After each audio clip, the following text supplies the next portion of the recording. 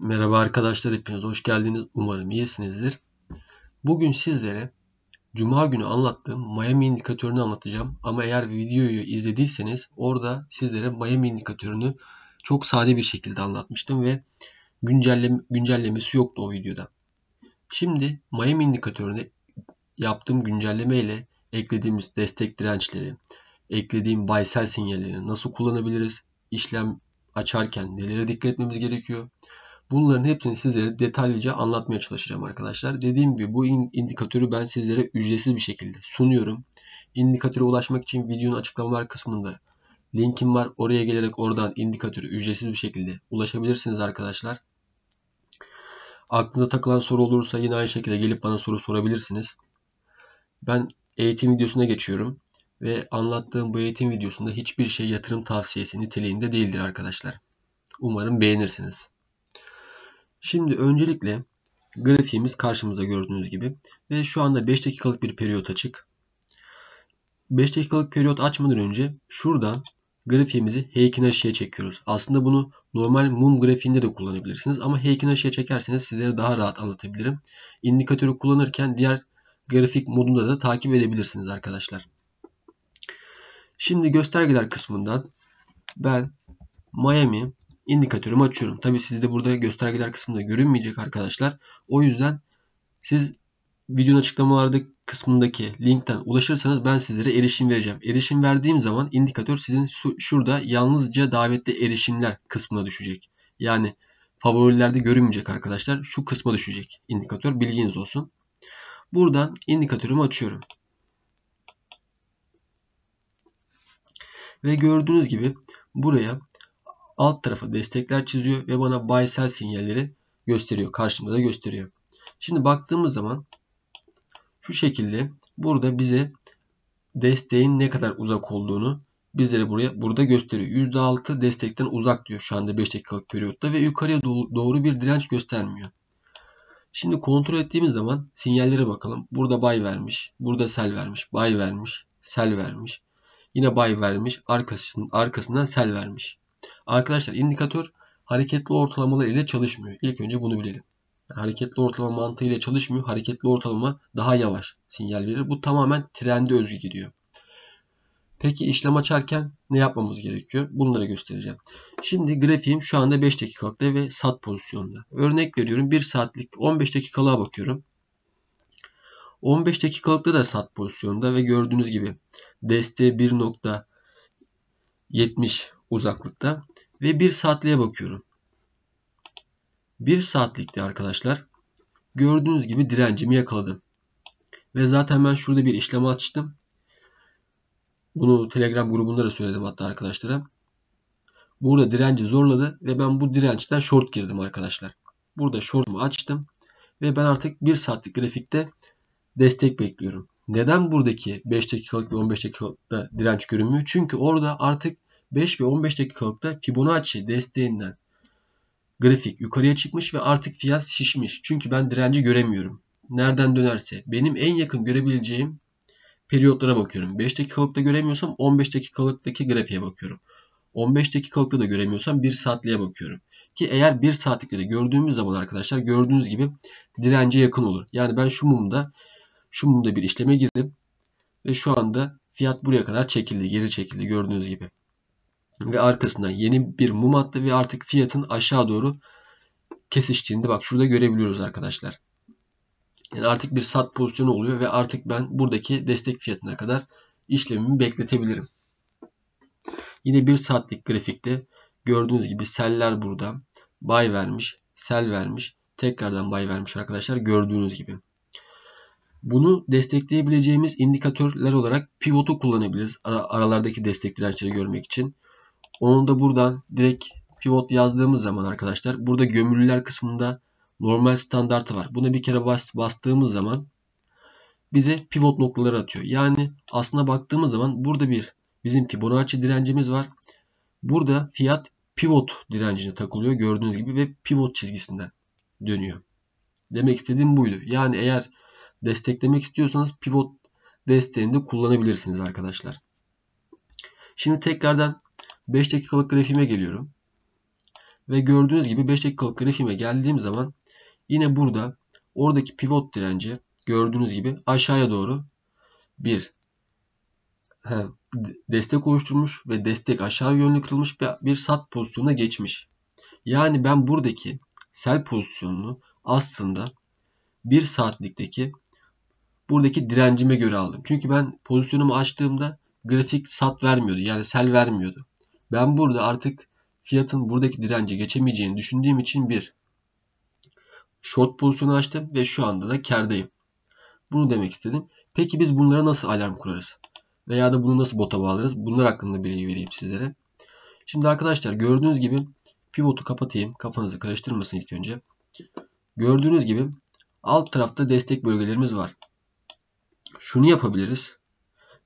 Grafiğimize sağ tıklayıp Miami'yi seçip arkadaşlar buradan rezistans dediğimiz bölüm, direnç, support dediğimiz bölüm ise destektir. Yani istersek rezistansa bir alarm kurarız. Yani fiyat grafiği rezistansa dirence geldiği zaman şöyle göstereyim. Fiyat grafiği buraya değdiği zaman bize bir alarm çalsın istiyoruz. Veya da üstünde kapattığı zaman bir alarm çalsın istiyoruz. Ama biz şöyle de yapabiliriz. İster şu şekilde alarm eklediriz. Miami'yi seçeriz. Her çubuk kapanışında, her çubuk için dersek şurada gördüğünüz gibi her değdiğinde bize bir alarm çalacak. Yani fiyat direnci değdiğinde alarm çalacak. Kapanışını beklersek bunda alarm çalmaz. Alarm çalması için direnç üstünde bir kapanış yapması gerekiyor arkadaşlar. Yani eğer short pozisyon alacaksak her çubuk için dememiz gerekiyor ki o direnci kıramadı, değdi, aşağı sarktı ve grafiği takip etme imkanımız olsun. Sell buy'a kurmamız için de buradan grafiğimizi seçiyoruz. Grafiğimizden yukarı keser diyoruz. Değerlerden Miami'yi seçiyoruz ve buradan M ve M1 olarak çıkıyor. Yine aynı şekilde buy ve sell olarak çıkıyor arkadaşlar gördüğünüz gibi. İster M ve M1'e kurabilirsiniz, ister de buy ve sell'e kurabilirsiniz arkadaşlar. Buy de derseniz buy yandığında size sinyal verecek. Sell de derseniz sell yandığında bir sinyal verecek. Yani arkadaşlar grafik, yani burada mum'a kuruyoruz alarmı. Miami'nin kendisini koşul olarak seçtiğimizde direkt grafik üzerinde kuruyoruz yine alarmı. Aslında ikisi de aynı mantıkta. Sadece Miami için birden fazla alarm kuramadığımız için arkadaşlar, yani birden fazla koşulu oluşturamadığımız için bu şekilde alarm sistemini geliştirdik ve alarm sistemi oraya kaydı. Yani eğer ben arkadaşlar özür dilerim. Eğer ben buy ve sell'e kuracaksam koşulum grafik olacak. Yukarı keser diyeceğim. Buradan M1 derim. Düzeltiyorum, M derim. Eğer fiyat grafiği M'yi yukarıya kestiğinde ve üstünde bir kapanış yaptığında bana bir alarm çalacak. M nedir onu size söyleyeyim. Arkadaşlar M'nin anlamanız için şöyle söyleyeyim. Üstteki çizgi M'dir. Hatta rengini değiştirelim. Bunu da siyah yapalım. M'yi. Bunu sarı yapalım. Kafanız karışmasın. Yani arkadaşlar şu oluyor. M üzerinde bir kapanış yaptığı zaman, yani şu mumda bir kapanış yaptığı zaman siz buy'dan önce işleme gireceksiniz. Yani eğer siz buy'a alarm kurarsanız buy'da çalacak ve siz bunda işleme gireceksiniz. Eğer M'ye kurarsanız M üstünde kapatacak.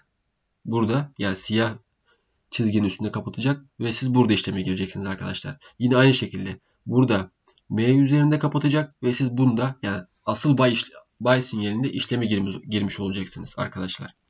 Yine aynı şekilde burada bir sinyal yakacak ve siz burada bir işleme girmiş olacaksınız. Umarım anlatmak istediğimi anlamıştırsınız arkadaşlar. Dediğim gibi bunu bota da kurabilirsiniz, botta da kullanabilirsiniz arkadaşlar. Bir de ben şu anda bu indikatörü destekleyebilmemiz için farklı bir indikatör çıkartacağım. Sadece destek amaçlı bir indikatör olacak arkadaşlar. Bunu da sizlerle paylaşacağım. Şu anda bunun güncellemeleri devam ediyor. Bunları da sizlere ilerleyen zamanlarda sizlerle paylaşacağım. Tek başına olmasın diye indikatör. Gördüğünüz gibi arkadaşlar sistem bu şekilde çalışıyor. Yine dediğim gibi buradan pivot noktalarını da açabilirsiniz. Destek dirençleri, aralardaki pivotları da görebilmeniz için ve oralara da bir alış satış işlemleri koyabilirsiniz. İsterseniz de açmazsınız. Sadece grafikteki al satlara göre işlem açabilirsiniz. Mesela burada da gördüğünüz gibi. Buradaki destek bölgelerini arkadaşlar şöyle kullanabilirsiniz. Pivotu kapatıyorum. Kademeli alım olarak da kullanabilirsiniz. Yani buradaki desteğe bir alarm kurarsınız. Örnek veriyorum. Support dersiniz. Buraya bir alarm kurarsınız arkadaşlar. Oluştur dersiniz. Buraya fiyat geldiğinde bir miktar alırsınız. Hemen alttaki desteği de bir kademeli alım yaparsınız. Bu şekilde fiyatları toplarsanız işlemlerden karlı çıkma ihtimaliniz yüksek olur. Yine aynı şekilde buy sinyaliyle işleme girersiniz. Buy sinyaliyle satarsınız. Sell sinyaliyle satarsınız. Yine bu şekilde de işlemlere girip çıkabilirsiniz arkadaşlar. Dediğim gibi eğer indikatörü teyit ederek kullanırsanız işinizi daha çok garantiler. Yani ne demek istiyorum?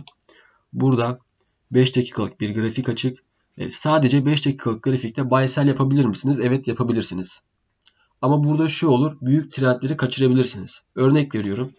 Şimdi bir de Miami indikatöründe şu en altta arkadaşlar girdiler kısmında Show Points dediğimiz bölüm var.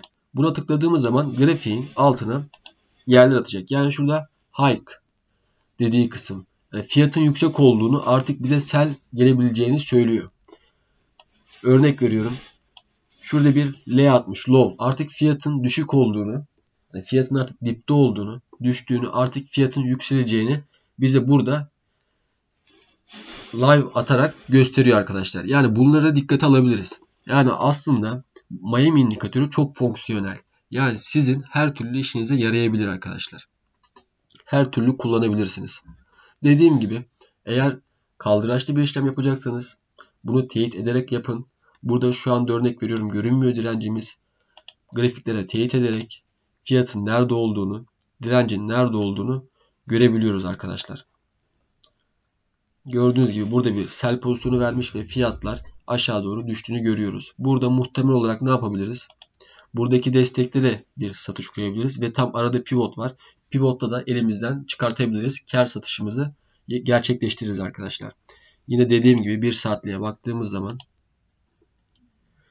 pivot direncinin altında ve zaten direncimizden bayağı bir uzak. Aşağıdaki desteğimize de yakın. Yani topluyorum arkadaşlar. Mantığımız şu. 1 saatlikte direnci zorluyorsa ve direnç üzerinde bir kapanış yapamıyorsa burada short işlem açma ihtimalimiz yükseliyor. Çünkü artık buradan bir satın geleceğini öngörebiliyoruz. Şu anda hala bir buy'da ve direnci geçemiyor. Örnek veriyorum, şöyle bir yerde burada shortlarız, yani ters yönlü düşecek diye işlem açabiliriz arkadaşlar. 1 saatlikte buy'da bakarız. Daha sonra 15 dakikalıkta gördüğünüz gibi sat'ta. Tekrardan 5 dakikalığa bakarız. 5 dakikalıkta şu anda bir baya geçmiş. Pivot direncinin üstünde bir kapanış yapmış. Kapanış yapmamış. Şu anda aktif bir mum. Pivot direncinin üstünde gördüğünüz gibi. Bu şekilde işlemlerimizi teyit ederek işlem alabiliriz, işlem açabiliriz arkadaşlar. Beni dinlediğiniz için teşekkür ederim. Dediğim gibi bu indikatöre ücretsiz bir şekilde ulaşabilirsiniz. Videonun açıklama kısmından bana ulaşarak indikatörü sizlere kullandırtıyorum arkadaşlar. Umarım beğenmiştirsiniz videoyu. Dediğim gibi hiçbir şekilde yatırım tavsiyesi niteliğinde değildir. Dilim döndüğünce sizlere anlatmaya çalıştım. Umarım işinize yarar. Para kazanırsınız. Dediğim gibi kripto paralarda, forex piyasalarında da kullanabilirsiniz. Bot üzerine, robot üzerine de bir kullanım gerçekleştirebilirsiniz arkadaşlar. Bakın burada tekrardan bir yeşil mum yaktı ve fiyatın ala geçtiğini gördük. Bu şekilde bir teyit yapmış olduk. Hatta biraz da geriye doğru baktığımız zaman, hani indikatör size erişim verdiğim zaman indikatörü daha iyi bir incelersiniz. Nerede al, nerede sat verdiğini de görürsünüz. Gerçekten güzel çalışıyor. Ben işlem yapıyorum şu anda bunun üzerine ve memnunum arkadaşlar. Dediğim gibi indikatör ücretsiz. Benim bu video hakkında, bu eğitim videosu hakkında anlatacaklarım bu kadar. Beni dinlediğiniz için teşekkür ederim. Görüşmek üzere. Hoşça kalın arkadaşlar.